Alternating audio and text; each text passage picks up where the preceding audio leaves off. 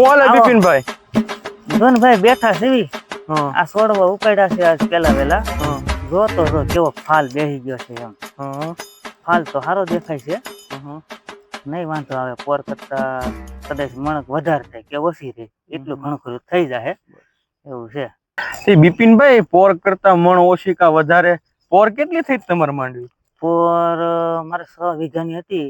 હા 240 કે 45 મણ થઈ હતી એટલે 42 આજુબાજુની એવરેજ આવી હતી. ઓહો. અને એ બધી માંડવી આમ મેં ગામમાં આ બાજુ પેલી વેલી વાવી હતી એટલે બધા બિયારણમાં જ લઈ ગયા અને માંડવી બહુ સારી હતી. એટલે બિયારણમાં જ બધી માંડવી વેચાઈ ગઈ તમારી? બિયારણમાં જ વેચાઈ ગઈ અને વજન બહુ પકડ્યો હતો કે મેં મારા બાપાના છોકરાને 55 મણ માંડવી આપી હતી પણ ઈ લાહા કઠોળામાં લારી ના વહી ગઈ હતી એટલે 55 મણ હામી ગઈ હતી.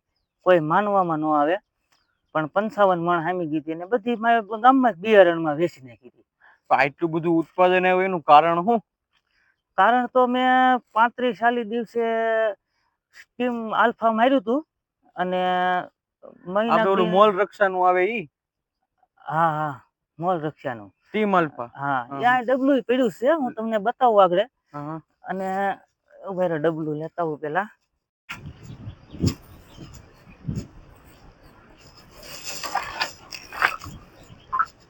આ જો આ મેં સાઈટ્યું હતું આ મેં 35 દિવસે સાઈટ્યું હતું સ્ટીમ આલ્ફા છે અને આ પછી મેં વજનદાર સાઈટ્યું. આ વજનદાર શું છે તેલની ટકાવારી વધારે અને દાણો બહુ આમ ભરાવદાર થયો હતો કે આપણે આમ નખથી તો ફોલાતો નતો એવો બધો પાક બહુ સારો આવ્યો હતો. એટલે આ બહુ સારું કામ કરે વજનદાર અને આ ફ્લાવરિંગમાં અને હુયા બુયા બહુ બધું સારું આમાં ફૂટ્યું કે આમ મેં તો ધારી નહોતી એવી માંડવી થઈ એમ. એવું બધું સારું કામ છે આનું? હા એટલે મને આ રિઝલ્ટ બહુ સારું લાગ્યું બેયનું એટલે મેં ગયા વર્ષે આ બે યુઝ કર્યું હતું. આ વર્ષે મેં પાછો યુઝ કર્યો છે અને હજી આ એક વજનદાર મારવાનું ખાલી બાકી છે એટલે એ હવે 2-4 દીમાં મારવું પડે એવું મને લાગે છે. હવે આમ દાણા તો થઈ ગયા છે ઘણા ખરા તો હવે મેં કીધું વજનદાર મારી દેવી ને તો દાણો ભરાવદાર થઈ જાય અને તેલની ટકાવારી થોડી સારી આવે એમ.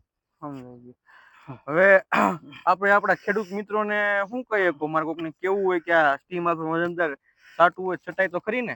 હા છટાય અને હું તો કઉ છું બધા ખેડૂતને આ છાંટવું જોઈએ. આ બીજું બધું તો ઠીક આ તો આપણે યુઝ કરેલું છે મેં અને આ મને રિઝલ્ટ મળેલું છે એટલે આ બહુ સારું કામ આપે છે બે. અને આ તો સમજો ને વજનદાર એટલે આ પોટાશ નું કામ છે એટલે એ તો બધા ખેડૂત ખબર જ હોય કે પોટાશ થી વજન પકડે અને તેલની ટકાવારી સારી આવે એમ. ફરી એકવાર તમે કહી ગયો કે આપણે કેટલું કેટલું ઉત્પાદન થયું હતું?